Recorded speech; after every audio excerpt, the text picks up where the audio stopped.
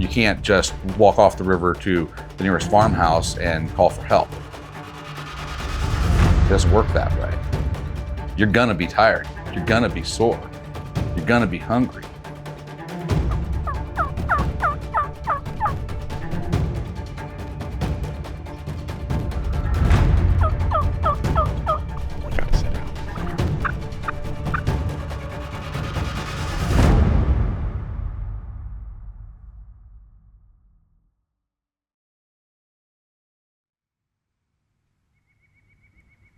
The Buffalo is a river of great lore.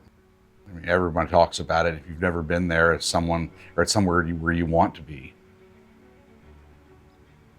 If you grow up canoeing, especially warm water streams in the Ozarks, you grow up dreaming about spending time on the Buffalo River. It is truly one of the most magnetic and magical places in the South. America's first scenic river, towering limestone bluffs, thousands, tens of thousands of acres of untouched wilderness.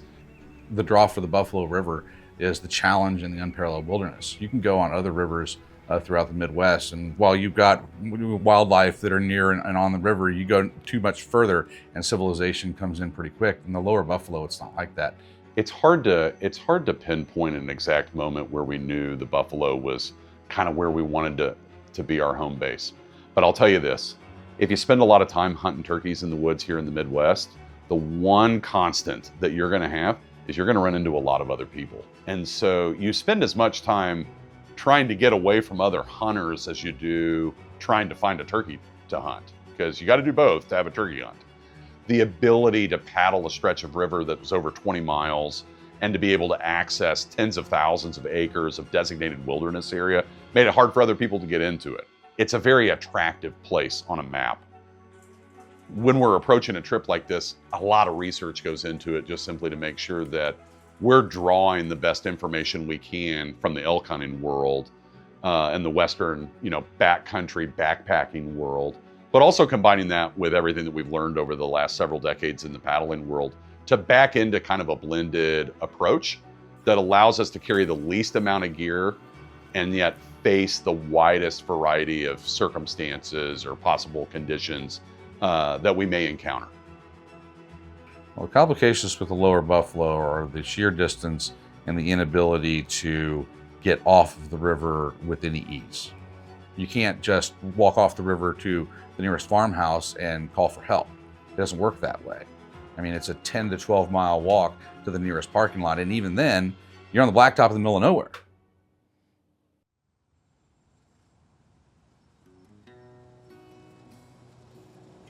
One of the beauties of this trip is that we weren't in a big hurry. We had given ourselves plenty of time to get in, see some old friends. We started up the road at Riley's.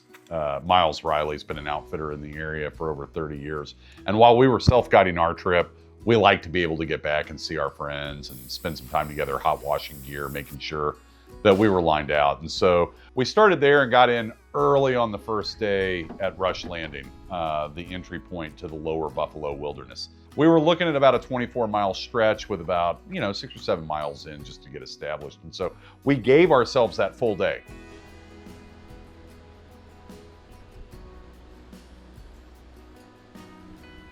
There's one obstacle on the entire river, and it happens to be within the first 5 minutes of when you put on. This is Claver Creek Shoal. It's an area where the bedrock shifted downward significantly and created this drop off and this rapid that you see here because of it. The river's a lot higher, so these two rock shelves, if you will, on either side are well underwater. And it is definitely channeling different. It's making it hard over there and then coming right. So you can see where the roller waves are there. That's where the boulder field is. We were fortunate enough this year that the water was just high enough that we could push the canoe through the raised bedrock area through just 3 inches of water. It's all we had to work with through there.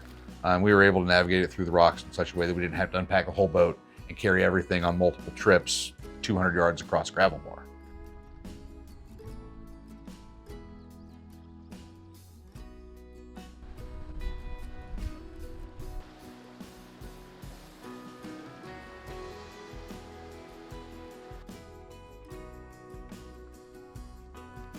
Took us a full day to get in and really get camp set up.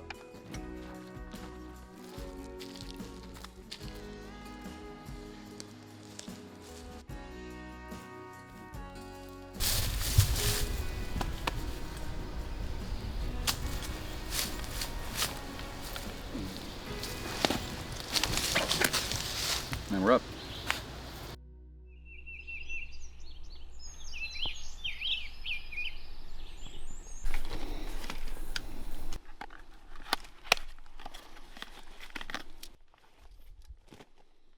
It's opening day. We're going to go hunt them off the roost as best we can. We were unable to roost a bird last night. We had a lot of weather last night. And so we're just going to freelance it, head up the bluffs and see if we can't get in tight on them. It was a wet morning and we got up and hard hike in to get to the top of the mountain. But once we got there, man, as soon as it started to be daylight, we were getting birds firing off in a lot of different directions.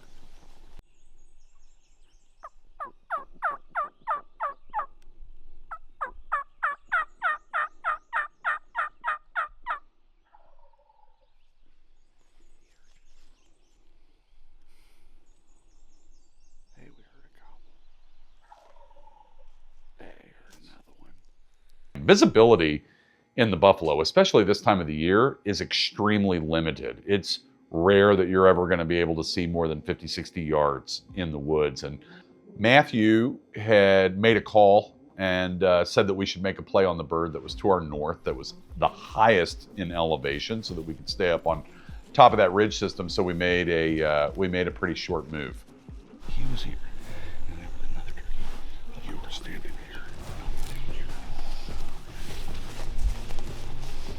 You might be right there. That was one, right? It was right there. That's where you heard it. I thought so too.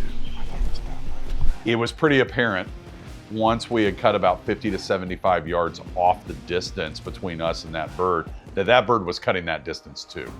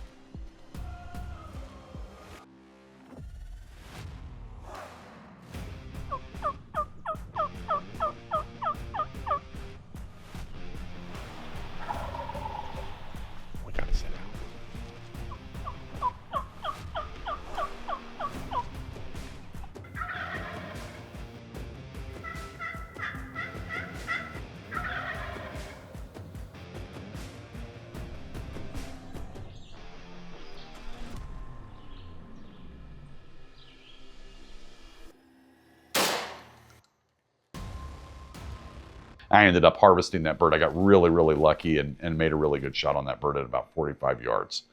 And just your classic Buffalo River Eastern turkey.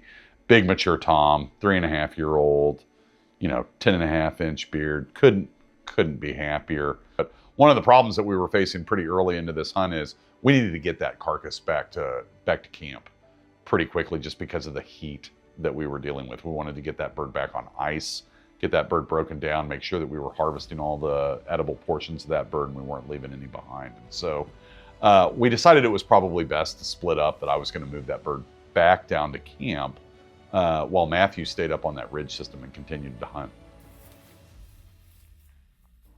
Well, going out and doing a backwoods hunt without some of the modern technical advantages of hunting like high definition decoys and blinds and so forth, is that you're out there on the same level with the game, with turkey, and you have to start thinking about things the way they do on the ground, rather than being concealed in a blind and making it an ambush where the turkey has no idea you're ever there. In this case, they at least had the fighting chance of knowing that you're there because you're in their element.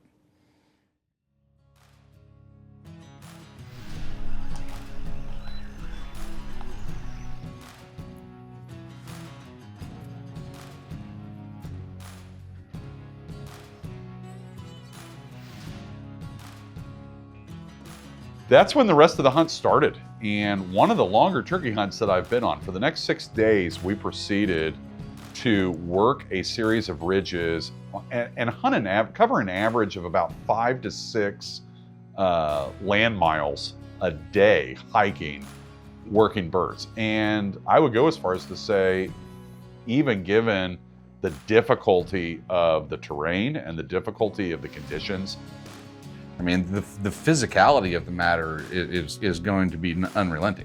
You're gonna be tired, you're gonna be sore, you're gonna be hungry. You're not gonna change those elements, but so you have to mentally get past them with a mental focus, and then also good pre-planning and preparations to help you mount those hurdles.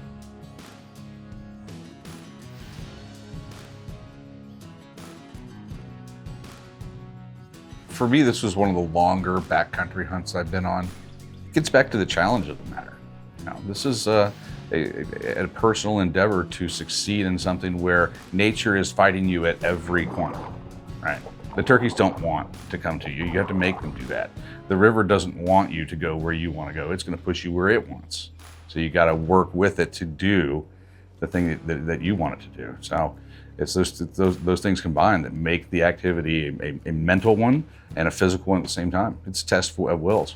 the beauty of this trip is that for a small number of days, we get to spend time on a canoe. We get to spend time in a blue ribbon smallmouth stream. We get to spend time in a pristine national park and national wilderness, chasing turkeys in their natural habitat. It literally is how much good can we cram into 7 days?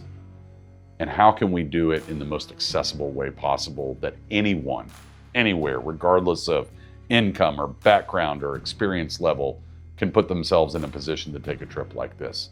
That's what this represents. And if we can do it the right way and we can leave the place better than we found it, that's a pursuit worth doing.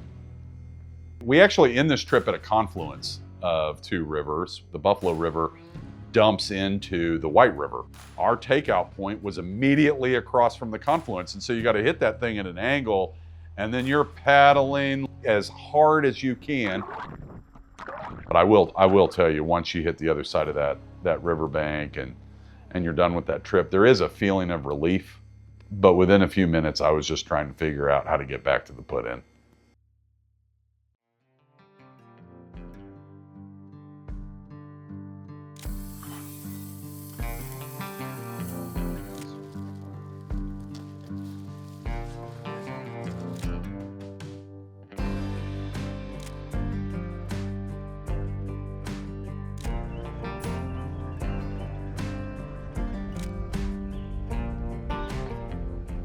What you got there?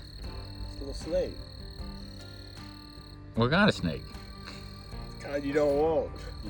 Where'd you find that snake? In James's tent.